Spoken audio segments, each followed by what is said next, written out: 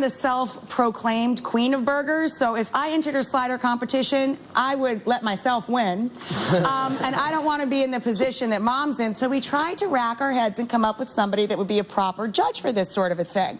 And we thought, since you guys are brothers and you both are into music, that maybe a famous brother who is also into music might be, oh, and he's a really good eater too, might be a really good judge. It makes sense, right?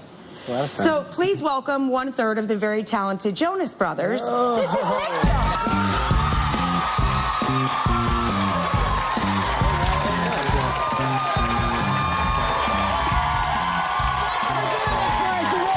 It's a lot of fun. You have any skills in the kitchen? No. Absolutely not. I leave that to my mom. I just eat the food. But you have good taste buds, right? I do. Right. I can eat a lot of food, and then you're talking about the health thing too, which is a big thing for me. I'm a diabetic, so it's all about eating right, and I might want to try some of these burgers. Yeah, so you're up for the whole turkey burger challenge here. I'm ready for it.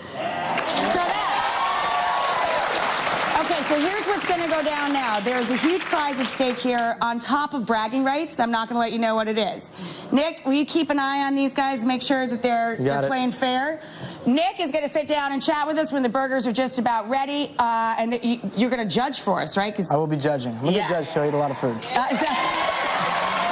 hope he had a light breakfast. All right, so in a bit, we'll have Nick back. We'll do a chat. Then we'll crown the winner of this rivalry. But up next, he's won an Emmy and a Golden Globe, and now he's got superpowers, too. Stick around and find out who that is. He's anything but ordinary right after.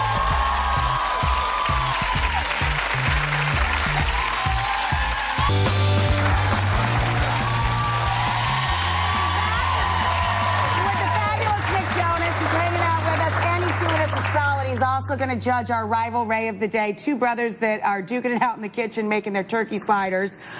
Nick, you know, we've chatted before over Skype, but it's so weird to have you here in person. Thank you. I was just saying, I love this set. Never actually seen it in real life, but it looks good over the Skype camera.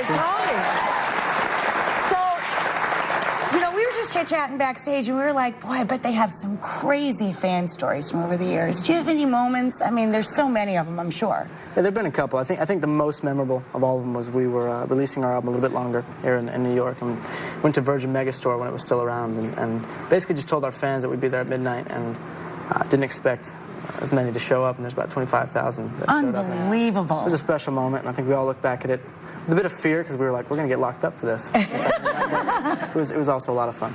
I actually remember that. I live very close to there. Oh, wow. Sorry about that. You could see the mob from literally from out our rooftop window. Yeah. I think, you know, the thing that's great about our fans, they're so passionate. Yeah. And they really support us in a major way. And when it came to that record and the release of that, it was a special moment for all of us. So enjoyed it. And they're into it for the long haul, which is great. They are. Yeah.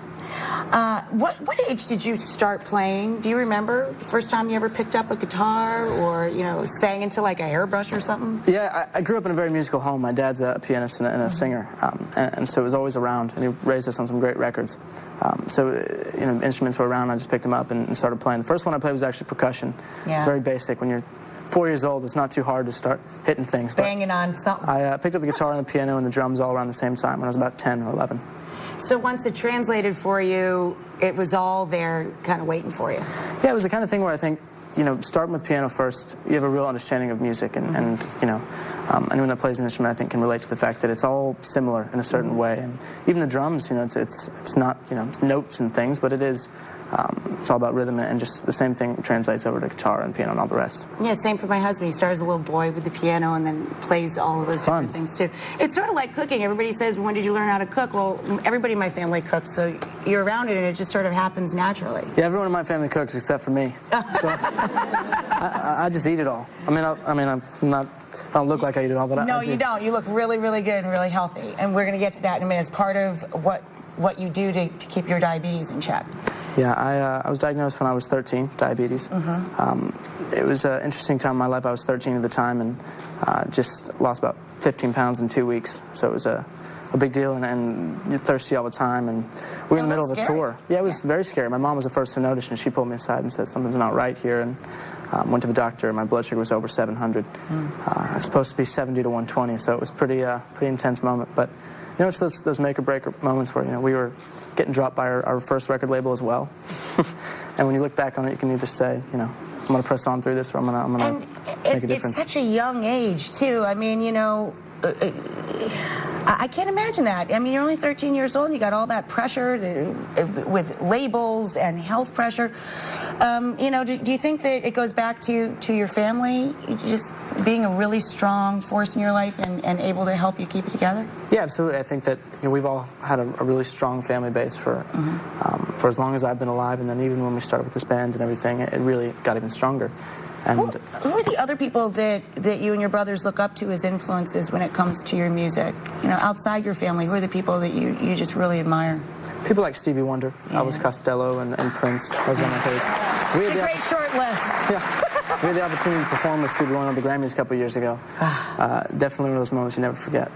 You've had a lot of great special moments, but you know what's lovely in talking to you in person, you're genuinely really, really thankful for all of them, and you seem very, very humble. I'm just blessed to be able to do what I love, and that's the key. And I think, you know, moments like being diagnosed with diabetes really opens your eyes. Yeah, it really makes every moment precious. Yeah, to how, you know, valuable life is, and how special each moment is, and I'm just blessed. So, two things I wanted to give a quick mention to. Mr. Sunshine, you know Matthew Perry's new show? You did a bit on that? I did. I played an absolute jerk on his show. I played a jerk. I'm not a jerk, but it was a fun role to do. It's obviously very different to my personality in real life. But he's an amazing guy, and so excited for his show, it being a success. And yeah, just look out for it. I'm very unfriendly, but it's all just acting. I'm just putting that. It was just acting, but fun to put that hat on at least for a day. Oh yeah, right? Yeah, definitely. And, you know, Les Mis, you're also doing the PBS version of Les Mis, yes? Yeah, I was able to be a part of the 25th anniversary of Les Mis in London. Can you believe 25 years? Incredible experience. It'll be airing on PBS March 6th. So be looking out for that as well. March 6th, that's right around the corner. Oh, I can't wait. I'm a huge Les Mis fan. I think the whole planet is, which is why it's around 25 years later. Okay, now, let's get back to talking about what we have here on the sofa, the Contour USB. My grandfather, who lived with us, took care of me a lot when I was a little kid, suffered from type 1 diabetes all of his life. And he was able to control it largely with diet. He's Sicilian, so he ate a lot of seafood, dark leafy greens. How much of it can you control with diet and just being mindful? Yeah, I think type 1 is a bit different than type 2 in the sense that it's not really diet controlled. It's more so just checking your blood sugar regularly. And the same thing applies to type 2 as well. You really do have to test, and that's why I use the Contour USB. Explain what this is. Yeah, this is the meter that I use, and I test about 10 to 12 times a day. Wow. So my fingers at this point are, you know, a little pricked. But it's all good. It's about keeping, you know, your blood sugar level, and using this is really helpful. And this I can plug right into the computer and send my numbers to my doctor when I'm out on the road. And oh, no kidding. Yeah, I'm happy to report It has a USB dock in it? It does, yeah.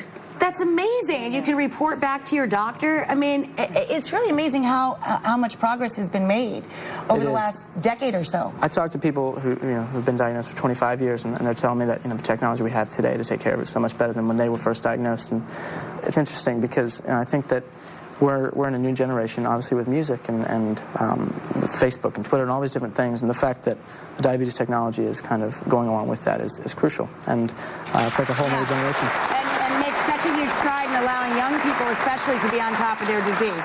So we'll have all the information about everything that we talked about up on our website, but just quick reminders, the Les Miserables 25th anniversary concert is March 6th on PBS. For more details on diabetes and the Contour USB meter, this guy right here from Bear, you can head directly to our website. Nick, of course, is going to be back at the end of the show to determine who wins the brotherly rival Ray. Thank you so much.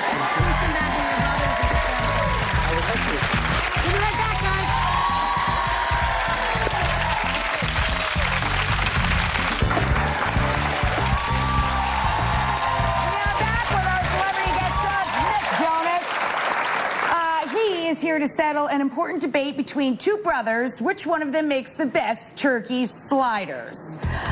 Each of you guys feel good about being the winner today? Feeling pretty good right now. I know I have the best slider. So. And he's so humble. Nick, was it a tough call for you? This is so much pressure. I mean, I've got brothers, so I know what it's like to pick favorites when we don't do that. Oh. And this is just not. But I do have a favorite. But you enjoyed both? I did. I loved both. Okay. let me just say, bragging rights goes to the victor as well as $1,000 at the Guitar Center. So